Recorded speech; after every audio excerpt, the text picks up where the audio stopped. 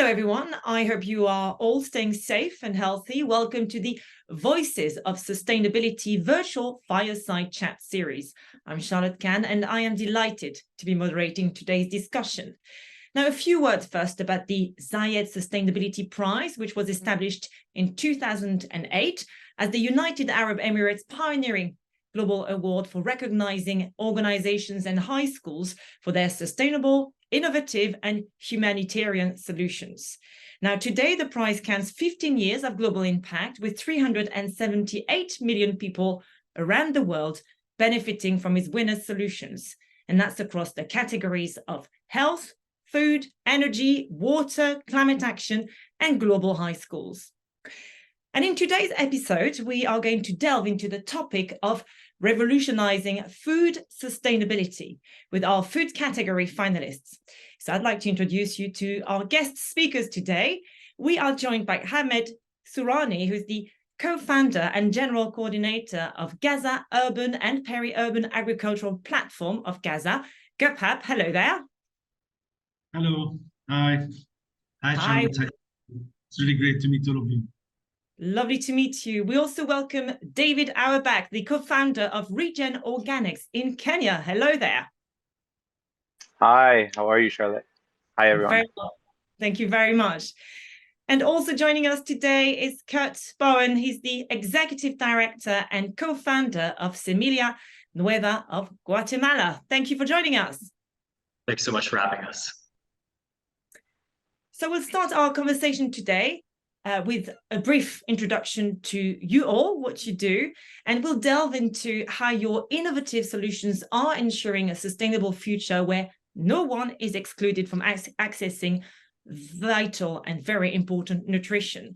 So first of all, can I briefly ask you all to introduce yourselves and tell us about your organization and your work? We'll start with Ahmed, please. Thank you, dear, so much. And we are really excited to be part of this this exchange process, I would call it. Gaza Urban and Peri-urban Agriculture Platform has been initiated as an initiative in the Palestinian community in 2013. We have been officially registered as an NGO in 2019, and we are practically working as a participatory community-led space that includes different relevant agricultural actors in Gaza and in Palestine generally, to reflect, review the agricultural policies and to see how we can influence positively these policies towards a more sustainable local food system in Gaza Strip and in Palestine. Yeah, I think maybe that's enough so far, and we can reflect more on what we are doing in the coming minutes. And yeah, great to meet you, dears. Absolutely. Thank you so much. David, over to you. Great. I'm one of the co-founders of Regen Organics, formerly known as Sanergy.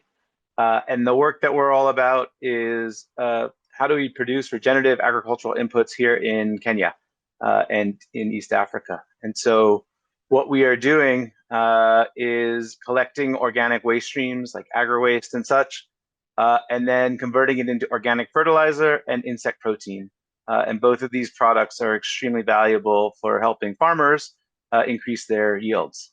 So this ranges from, with organic fertilizer, helping farmers increase their crop yields by upwards of 30%, and then their incomes by 20%. And on the insect protein side, producing a protein that's really valuable for livestock feeds, ensuring that people have healthier chickens and fish and such. Fantastic, David. Thank you very much. Curt, who are you? What do you do? So I'm Curt Bowen, originally from the States, been in Guatemala now for 14 years, and I founded Semilla Nueva, which means new seed in Spanish. And in a nutshell, we're trying to make corn suck a lot less. So it turns out there's 1.2 billion people that eat corn 3 times a day in Africa and Mesoamerica, and they're some of the most malnourished people on the planet. And the number of malnourished kids is actually increasing in those regions while it's plummeting everywhere else in the world. And the corn just doesn't have the nutrients kids need. So we breed using natural breeding methods, corn seeds that have higher levels of protein, iron, and zinc. We subsidize local seed companies to sell those seeds that are high yielding and really nutritious at a price that even the poorest farmers can afford. And then we work with governments to take over those subsidies. And that's it for us. Thank you very much, Curt.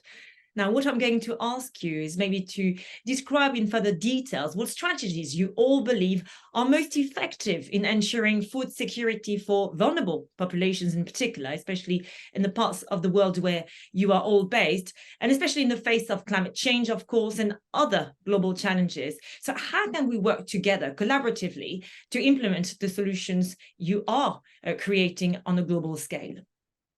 There again, I will start with Ahmed here.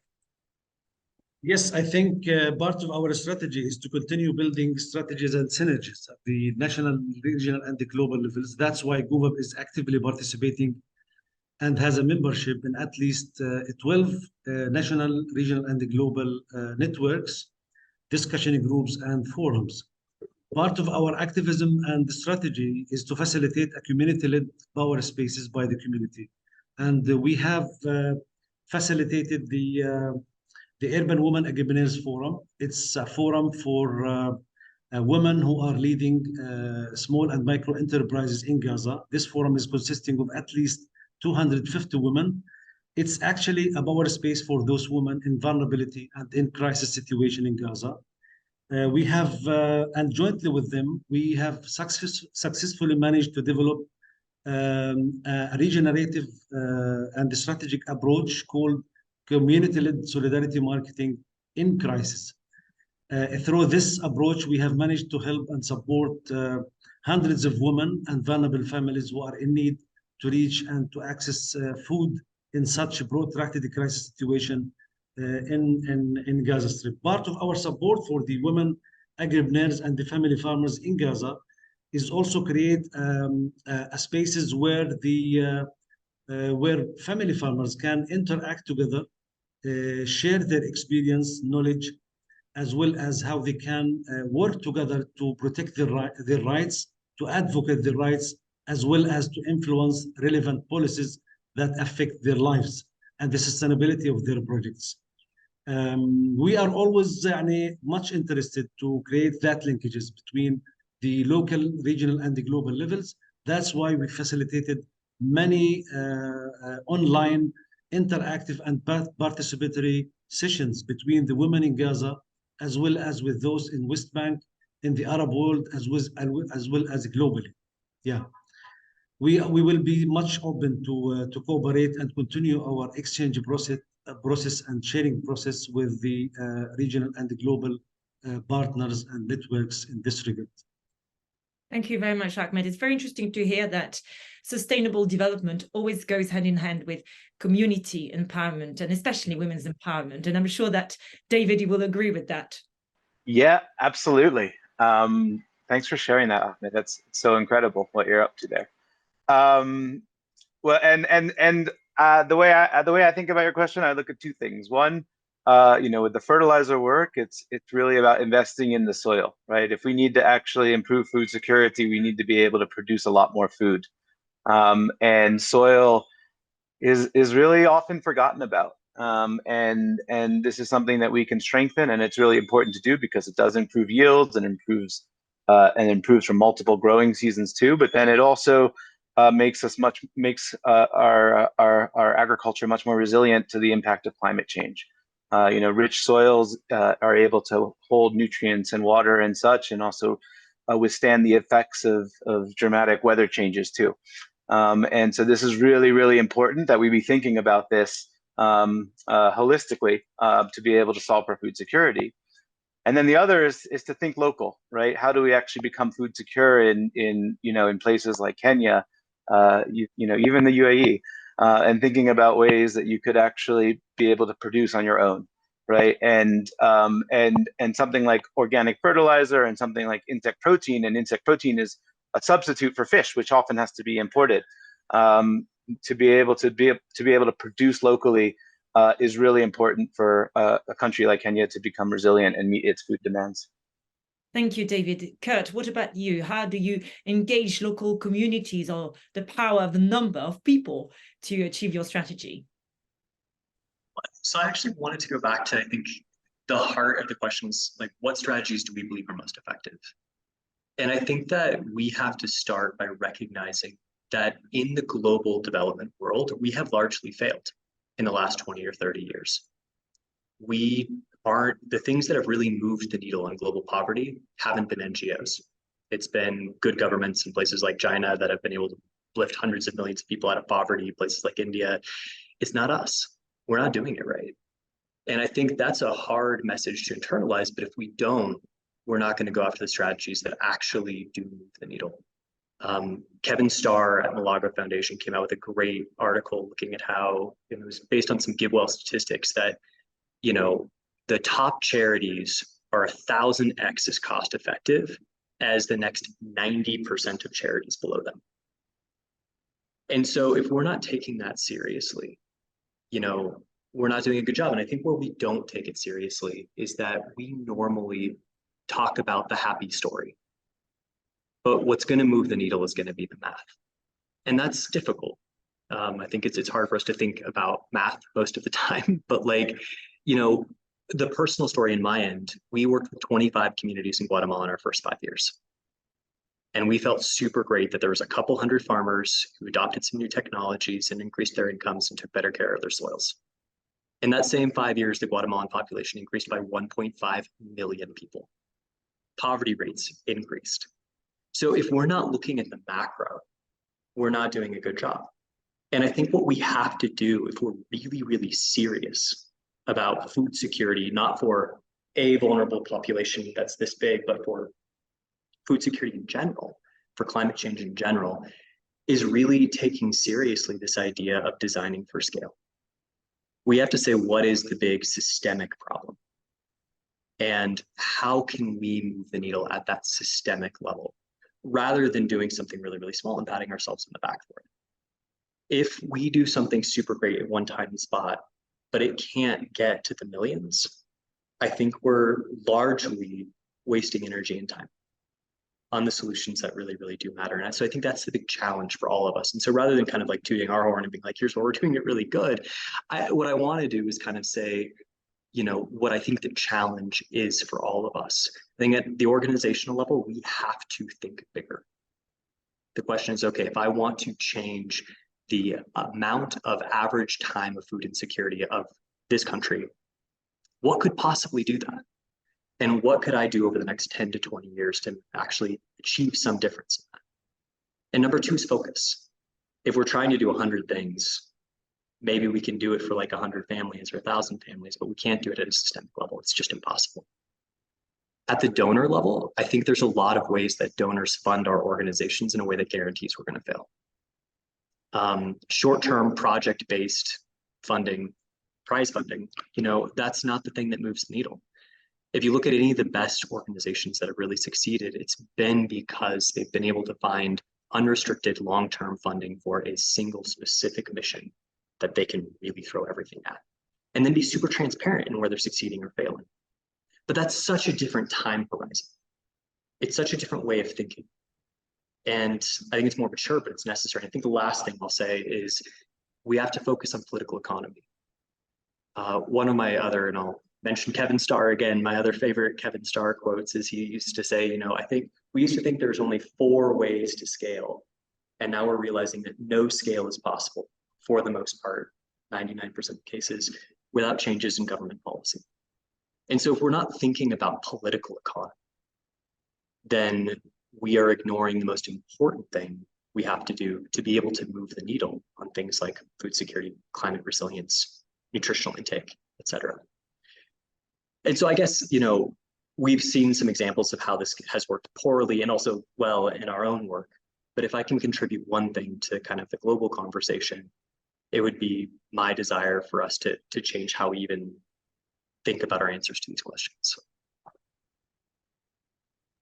Thank you very much, Curt. That was really interesting because obviously here, previously we talked about the need for a bottom-up, approach, but really you're telling us that we need to think bigger. We need to think systematically at the global scale, really. And you talked about the role of finance as well to mobilize and to upscale, and that's vital indeed, and certainly not talked about. We need to gather more stakeholders from the sector with other partners, NGOs like you mentioned, and obviously change makers like you. Okay.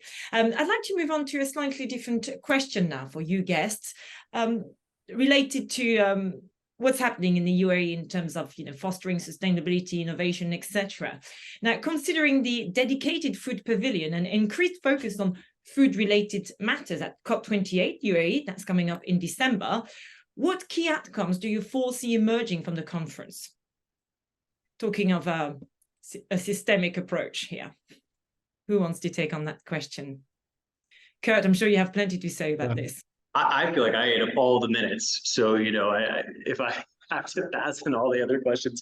No, I mean, I would build on the previous response and say, I think those conversations, oftentimes the things that change the world is like two people sitting down at a cup of coffee who randomly meet, like that's it. That serendipity, I think, is the thing that we can most hope for, especially at the food pavilion, making these connections with people. And whether it's, David and I getting a chance to like catch up after many, many years and being able to say, okay, cool. How can we bring together soil health and nutritious crops in Kenya, or working with Ahmed? Like there's a lot there, but then also how can we work together to, change what funders are prioritizing in terms of their funding to make sure that they're pushing us, assisting us, helping us on going after those big, big bets. So, political economy, even amongst ourselves. Thank you very much, Curt. Ahmed, please. What are your hopes? Yes, that's really great to hear from my colleagues. I think it's time to think about the local communities, how the local communities would be much more involved in the process. And it's all about change. Who's going to facilitate or make this change, or to make new developments happen? Are we as NGOs?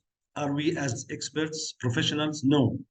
I think it's time to change that role for all of us to take more facilitative approach, and to leave to help the local communities to take the initiative,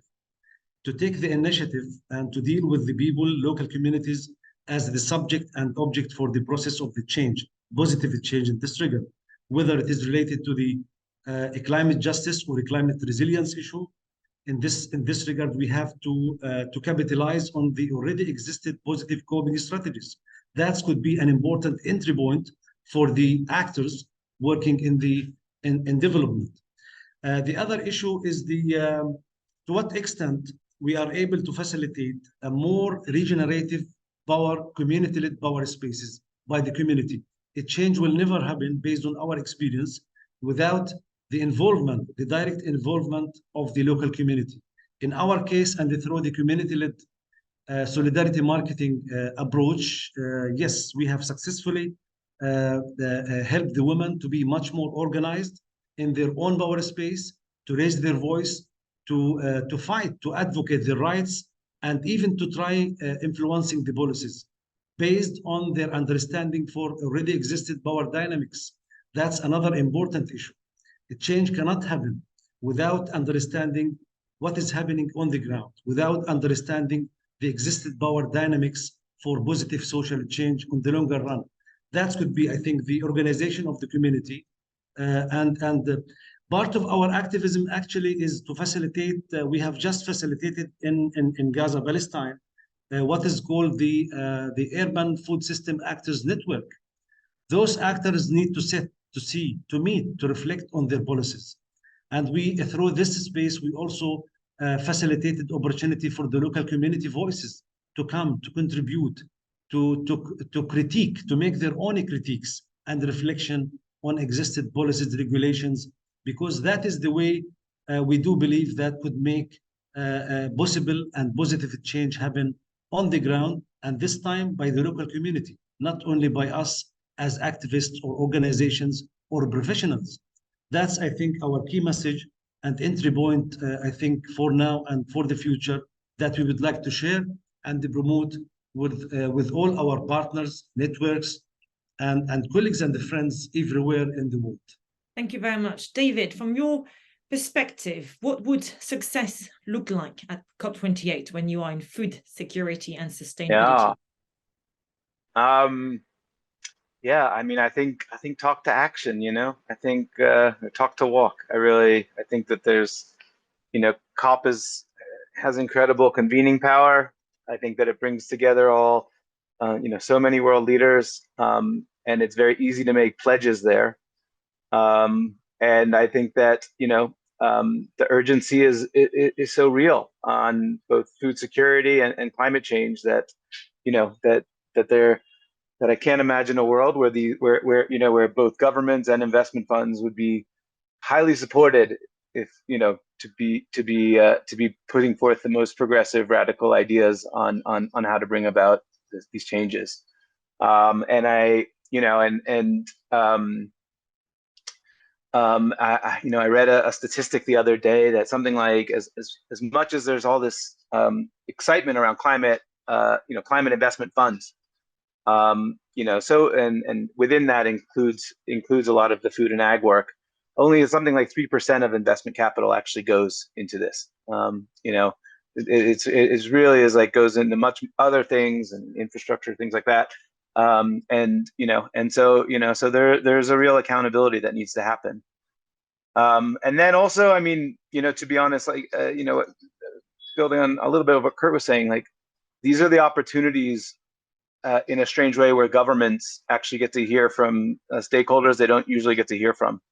We all spend a lot of our time, I imagine, trying to work with our local governments and our regional governments too, and it's incredibly hard to build, to get their time, and then suddenly you're at something like COP, and it's really valuable because you're in the hallway with a cabinet secretary, and you're able to talk about things like that, and it's really and it's really amazing how good things can come from that.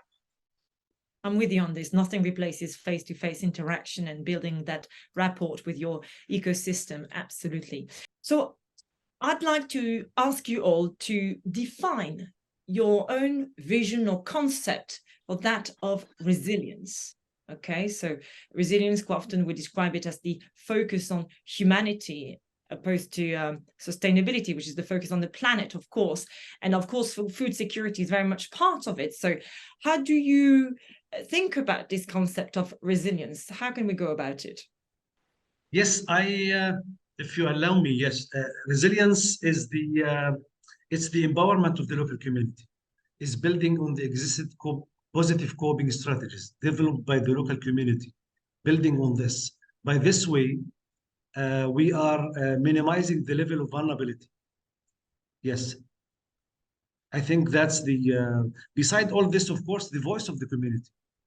So resilience is also the combination between the humanitarian aid or humanitarian support as well as development.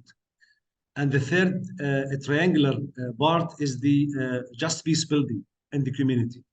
And this is what is called by the development actors as a triple nexus approach. And we are fully in support of this important approach with bringing these three integrated components, development, humanitarian support, as well as just peace building, especially in vulnerable communities. Thank you, Ahmed. I'm asking the question because we have talked about your strategies and they're very clear. Of course, you've got this vision, but as we know, the world keeps changing very fast and we have to be prepared for the unexpected when it comes to climate change, but not just. We've just had obviously this huge pandemic that's turned the world upside down. So I was wondering if you could, Curt and David, also offer your insights as to how we can build further resilience and maybe how food systems fit into the picture. Yeah, I'm happy to. So I think maybe a good metaphor is that of our own selves. And for us entrepreneurs, probably our organizations. We have more resilience when there's more of a buffer. So like if somebody goes out sick, you have other people to cover it because they're not so completely tapped out that if one piece falls, everything falls. And I think when we're thinking about resilience at a systemic level, at a social or environmental level, it's similar. I think we have to switch from thinking about how do we ameliorate crises and how do we stop gigantic problems to how do we build more health. And that's been a huge challenge for me personally as an entrepreneur. And I think, you know, it's something we got to do in our work as well. It's not enough to just make sure that people have enough to eat today. It's making sure they have enough extra to eat. There's enough surplus that when that giant tropical storm hits, or that giant drought, or that big period of conflict, that the system itself is strong enough that there's other threads to pull on to compensate. And so I think, you know, at a soil health level, instead of just like stopping soils from being destroyed, how do we start making them healthier? Instead of just keeping people from starving, how do we make sure that people have enough food that even if they get hit by a crisis, they can still feed their kids? And politically, how do we make sure that there's enough political goodwill from the grassroots all the way to the top, the big companies, et cetera, that when a crisis happens, we all have enough extra to give to be able to compensate? So I would say it's let's build buffers. Thank you. David, I'm sure you have plenty to say about this. That's so great. No, I mean, I think about, yeah, resilience, I guess, in people terms, in terms of being able to live comfortably and then being able to thrive and being able to then cope too, you know, recognizing that change is always going to come. And I think, you know, I think Curt's example there was really, really salient and on point. You know, and specifically from the work that we do, which really focuses on, you know, on circularity, you know, that's and regeneration. That's actually, you know, these are ways that we see exponential growth happening, rather than just in a sort of linear approach of here's what we need, and then it gets used up and then it might be gone. And that type of thinking, you know, I think everyone, a lot of people have those thoughts, but how you actually put that into action, and the level of coordination that is really required, not just from an individual actor like ourselves, but actually, you know, working with municipalities, to, you know, to actually say, okay, we want to be more resilient. And one way we're going to be more resilient is that we're going to get all of the organic waste and we're going to separate that out from the inorganic waste in the city, for example. Like, you know, and you know, we've been able to do that once on our own, like in Nairobi, and we're still only, you know, we're not only, but we're doing 10% of the city's waste, 200 tons a day, which is a lot. But, you know, if we could actually do this with full coordination with the city saying, okay, we're going to give you everything, or not just us, whatever other actors, you know, we would be abundant with waste. And that would enable an abundance for growth, and that is what would actually engender resilience, true resilience. And you know, and I don't think that that's that complicated either. It just requires a lot of political will. So, thank you, David. We have talked a lot about the role of big systems, political, economic, finance. We talked about NGOs. We've talked about communities. What about our role as individuals? Is the consumer worldwide educated enough to make the right decisions to ensure further food sustainability and security? I think that's an important question that maybe we do not address enough. We know that diets are changing throughout the globe, especially in some parts of the world. And in the West in particular, you know, there are huge problems, health problems linked to our diets and lifestyles. So how can we empower individuals to make the right decisions for their diets and therefore for agriculture and food systems? Is it something you've been thinking about as well? Yeah. I'm thinking of you, Curt, since you said that you're trying to make corn suck less. That was a great opening line. Yeah, so you know, I think we have too much emphasis on let's just turn responsibility over to the individual, and if we just educate them, it's all on them. You know, I know for myself, like I'm super bad with chocolate. If there's chocolate in my house, I will eat it all. And so I just try to like not have a ton of chocolate in my house, or any at all, because otherwise it's just 24 hours, it's gone. You know, and I think that all of us, if we look at our own personal habits, right? How many of us have a list of 15 things we want to change about ourselves? And in the craziness of life, maybe we do one over the course of a year, right? Like we only as individuals have so much willpower, so much ability to go assimilate new information, so much ability to go make sacrifices. I think about the corn farmers we work with, right? There's 53 million families who feed 1.2 billion people on this planet with corn. And when you sit in their house and you talk to them about what their biggest concerns are, nutrition is like 10th on the list. First, it's like, can I feed my family? Will I have food next week? Can I get my kid into school so they have a chance to not be on this farm? Because I have 4 kids and I have 1 acre and I can't give a 1/4 acre to each kid. How, like these things, or a family member who's sick, there are so many taxes on each of us as individuals that I think we need to swing the pendulum back from the very neoliberal idea that it's all just like, let everybody do their thing, it'll all work out, to think about the systemic fixes that make it easier. Not that take accountability away, not that force people to do the right thing as us experts. And I think Ahmed, hits this really, really well, as us outsiders think, but to make the right thing easier. And so I look at, like what we're doing with corn, and it's like, let's breed the corn to be more nutritious because it's not nutritious enough. The people in Guatemala, for example, they're going to eat corn for the next 100 years. It's part of the culture. It's not going to change. How do we make the corn more nutritious? But then also let's make those seeds high yielding and make them cheap so that it's economically advantageous to do something that's nutritionally good. It's about aligning incentives. And I think we have, as a society globally, it has been popular and it's been acceptable to simply ameliorate ourselves from that responsibility and just say consumers should go figure it out.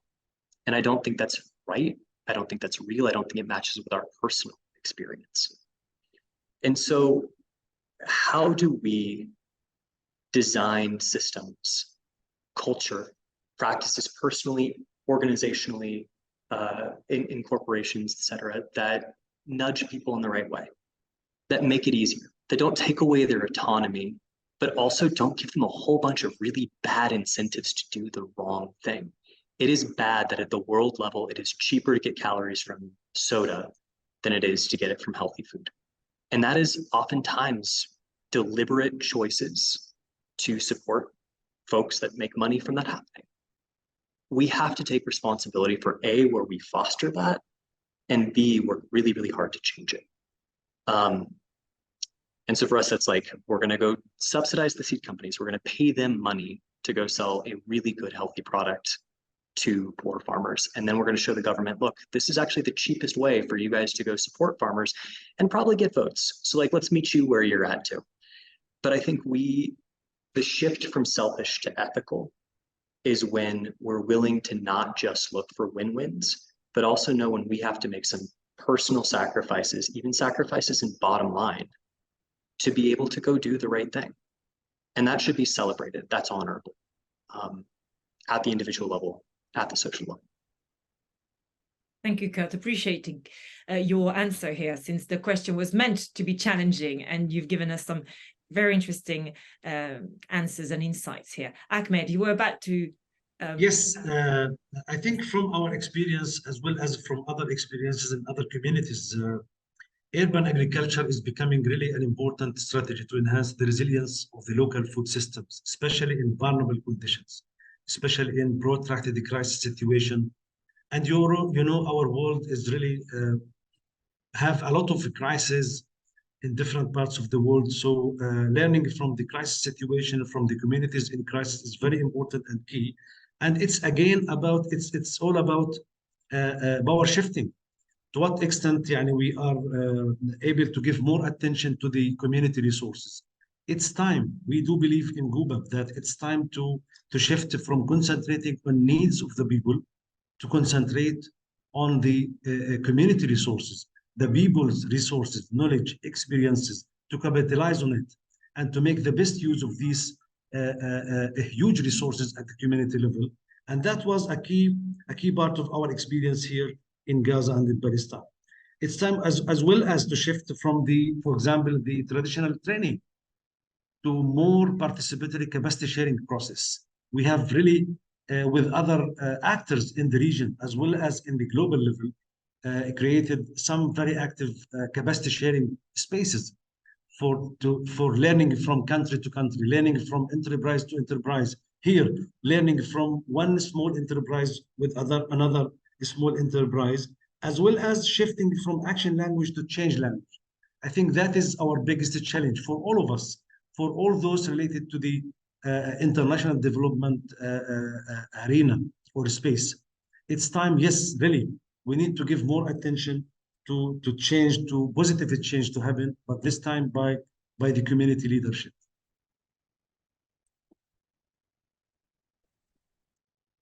Thank you. David, do you have any thoughts on this question of further? Well, the individual, I mean, I do think it's one thing that I've noticed over the years is that like we do actually have a lot of farmers who come to us saying they want to start to adopt better farming practices that use things like organic fertilizer, and it is driven, very much often by the fact that they see that they know what chemical fertilizers are doing, and then they're eating their own food, and so there is a bit of a a logical, clear logic of like why you'd want to be changing, your farming practices and such. And that, that doesn't, that's different from the consumer, I guess, but it is an individual recognizing that they can change it. And at the same time, like for the longest time, like the distribution to get organic fertilizer to a farmer was just not there, and so, so it hasn't had to involve companies like us to be able to do that. And so, and what's amazing, like what we've seen is like, these farmers influence their neighbors. And so, and so other farmers start to invest in the same, they invent, and that influences retailers, and retailers, and then retailers start to influence, others, right? And in particular, what we're seeing is that it's actually starting to influence, big financial services too within Kenya. So banks like Equity Bank, which is like the largest bank in the region, is now we've developed a partnership with them because they want to be able to finance all of our agri-vets. And if they weren't seeing that interest and excitement from individual farmers in the first place, I don't think that they would be coming into this. And so I do think that there's a lot to be said for effective movement building by the individuals to be able to bring about all of the changes that we need to see. Thank you very much, David. Now, before we wrap up this conversation, I have a final request for all of you. I was wondering, with 2023 being named the year of sustainability, if you could maybe share or find one word that you think would describe the future of sustainability, or what's key to it? I was on mute. One word. All right. I can go first here. I'm going to say inevitable, because I don't think the way that we've done things to date is actually what's going to work. And so if we're not pushing for more sustainable, more even regenerative, which is the next level beyond sustainability in my world, I don't know if we're going to get there. So, Curt. I'm actually going to go with social cohesion. I think that Ahmed brings up some really great points about the grassroots side, the local community side. And I think that our role needs to be facilitating that cohesion between the bottom to the top, making sure those voices get heard, but also advocating for the policies that are going to really, really move the needle. And sustainability won't happen if we don't pull that off. Or we might get sustainability in the short term, but lose it when societies fall into conflict. And so I think that's the big thing that we can focus on. And I totally agree with David that I hope that at COP, we have that opportunity to really have good, open, bi-directional conversations with folks that do have a lot of power to make some of these big things happen. And finally, yes. Ahmed. Yes, one word, maybe it's not easy, but you know, positive change is always an important challenge for all of us here. And we are here just to facilitate positive change. But how? That is the big question. Community leadership. I do believe that it's time for community leadership.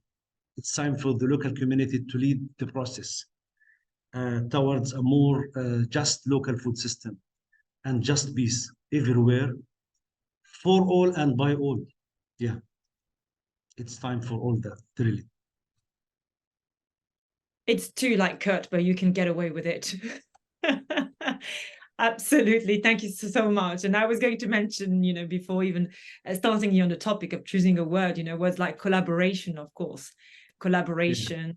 Yeah. And you mentioned positivity, of course. I think that despite the huge challenges we face, I think it's important to retain that upbeat spirit, that joy in the process.